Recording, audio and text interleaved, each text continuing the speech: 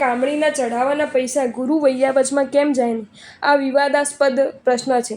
જૈન સંઘમાં અત્યારે ચકડોળે ચડેલ પ્રશ્ન છે. માટે અમે કહીએ છીએ કે જિજ્ઞાસુ હોય તેને બંને પક્ષોને શાંતિથી સાંભળવા જોઈએ અને તેમાં જ તમારું અને અમારું કલ્યાણ છે. પણ જે નિર્વિવાદાસ્પદ વાતો છે તેમાં અમે કહીએ કે ભગવાનની આજ્ઞા મુજબ આમ જ છે, માટે આ જ રીતે માનો. પણ વિવાદાસ્પદ વાતો છે તેમાં તો બેઉ પક્ષે સાંભળવું જોઈએ. તમે કંઈ શાસ્ત્ર ભણ્યા નથી, માટે શાસ્ત્રની વાતોમાં તમને સમજણ પડે તેમ નથી. પણ શાસ્ત્રની વાતોથી તર્કો અને દલીલો આપું છું, માટે બરાબર શાંતિથી તટસ્થતાથી સાંભળજો. તમારે તમારા ગુરુને કેવા માનો છો? અમારું અપરિગ્રહ વ્રત સંપૂર્ણ છે. અપરિગ્રહ વ્રત સંપૂર્ણ હોવાના કારણે તમે અમારી પાસે આવો ત્યારે ભક્તિથી અમને ગમે તે વસ્તુ આપો તો અમે લઈએ ખરા? અમારા આચાર શું છે? અમારે મર્યાદા ખરી કે નહીં? અમને ખપે તેવું હોય તો જ અમે લઈએ, ન ખપે તેવું જો લઈએ તો તે વ્યાજબી ખરું? જેમ તમારા ઘરે આવે ત્યારે કંઈ કોકોકોલા એક ઠંડુ પીણું આપો તો લઉં ખરો? અને લઉં તો તે શું વ્યાજબી છે? જેમ હું કોઈકને ક્યાં ગયો અને ઉલ્લાસ ભક્તિથી આહાર પાણી વહોરાવે તેમ આંગળીમાંથી વીંટી કે ગળામાંથી હાર કાઢીને આપે તો તે લેવાય ખરું? જૈનેતર સાધુના આચાર વિચાર જુદા છે. અમારે જે મૂકે તે બધું લેવાય નહીં. ગોચરીમાં પણ આગ્રહ કરે તો લેવાય, પણ ત્યાં ખપે તેવું ન જરૂરિયાત હોય તો તે જ લઉં ને, અને તો જ ધર્મલાભ આપું. તમારા ઘરમાં થાળી કે તપેલીમાં વાનગી હોય ત્યાં સુધી તેની માલિકી તમારી છે, અમારી નહીં. જ્યારે તેને અમે હા પાડીએ ને તમે અમારા પાત્રમાં મૂકો અને પછી ધર્મલાભ આપીએ પછી તે અમારી માલિકીની થાય. તમે મારા પગ આગળ ગુરુ પૂજનમાં પૈસા ઝવેરાત મૂક્યા તેનો હું કંઈ સ્વીકાર ખરું કરો?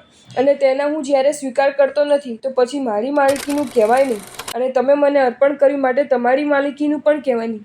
ગુરુએ સ્વીકાર કર્યો નથી માટે ગુરુની માલિકીનું નથી, અને તમે અર્પણ કરી દીધું માટે તમારી માલિકીનું પણ નથી.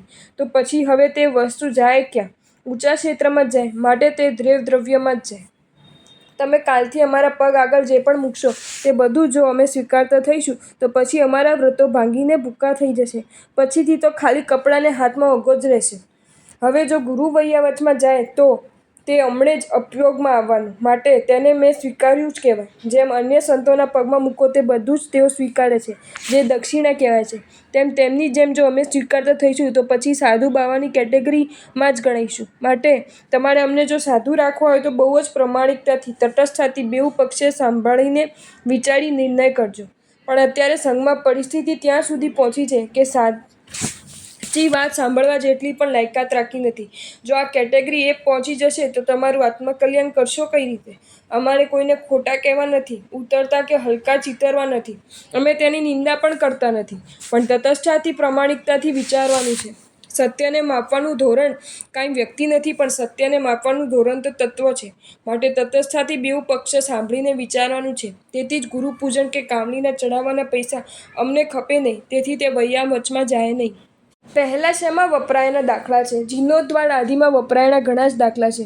તો અત્યારે મતભેદ કેમ થયો છે? મતભેદ કેમ થયો છે કે મારે કંઈ કહેવું નથી, પણ તમને બધાને સંઘમાં સાધુની ભક્તિ કરવા જો વૈયાવચનું ફળ ન હોય તો પોતાના ખિસ્સો કાઢવો પડે. અને જો આ રીતે ફાળો થઈ જતો હોય તો તમને બધાને અનુકૂળતાના કારણે ગમી જાય તેવી વાત છે, પણ તમને ખબર નથી તેનાથી સંઘને કેટલું નુકસાન છે.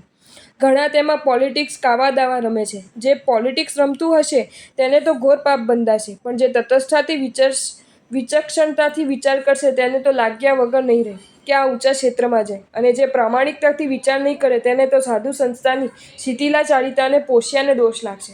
તમે અમારું પૂજન કરો છો ત્યારે અમારે કોઈ નિસ્બત હોતી નથી, કારણ અમારો નિર્લેપ ભાવ છે. પણ જો આ રીતે અમારી બુદ્ધિ બગડશે એટલે અમે વાસેપ નાખતા પહેલાં જોઈશું કે તેને કેટલા રૂપિયા મૂક્યા છે. માટે ગુરુમાંથી તમે અમને ગોળજી બનાવી દેશો.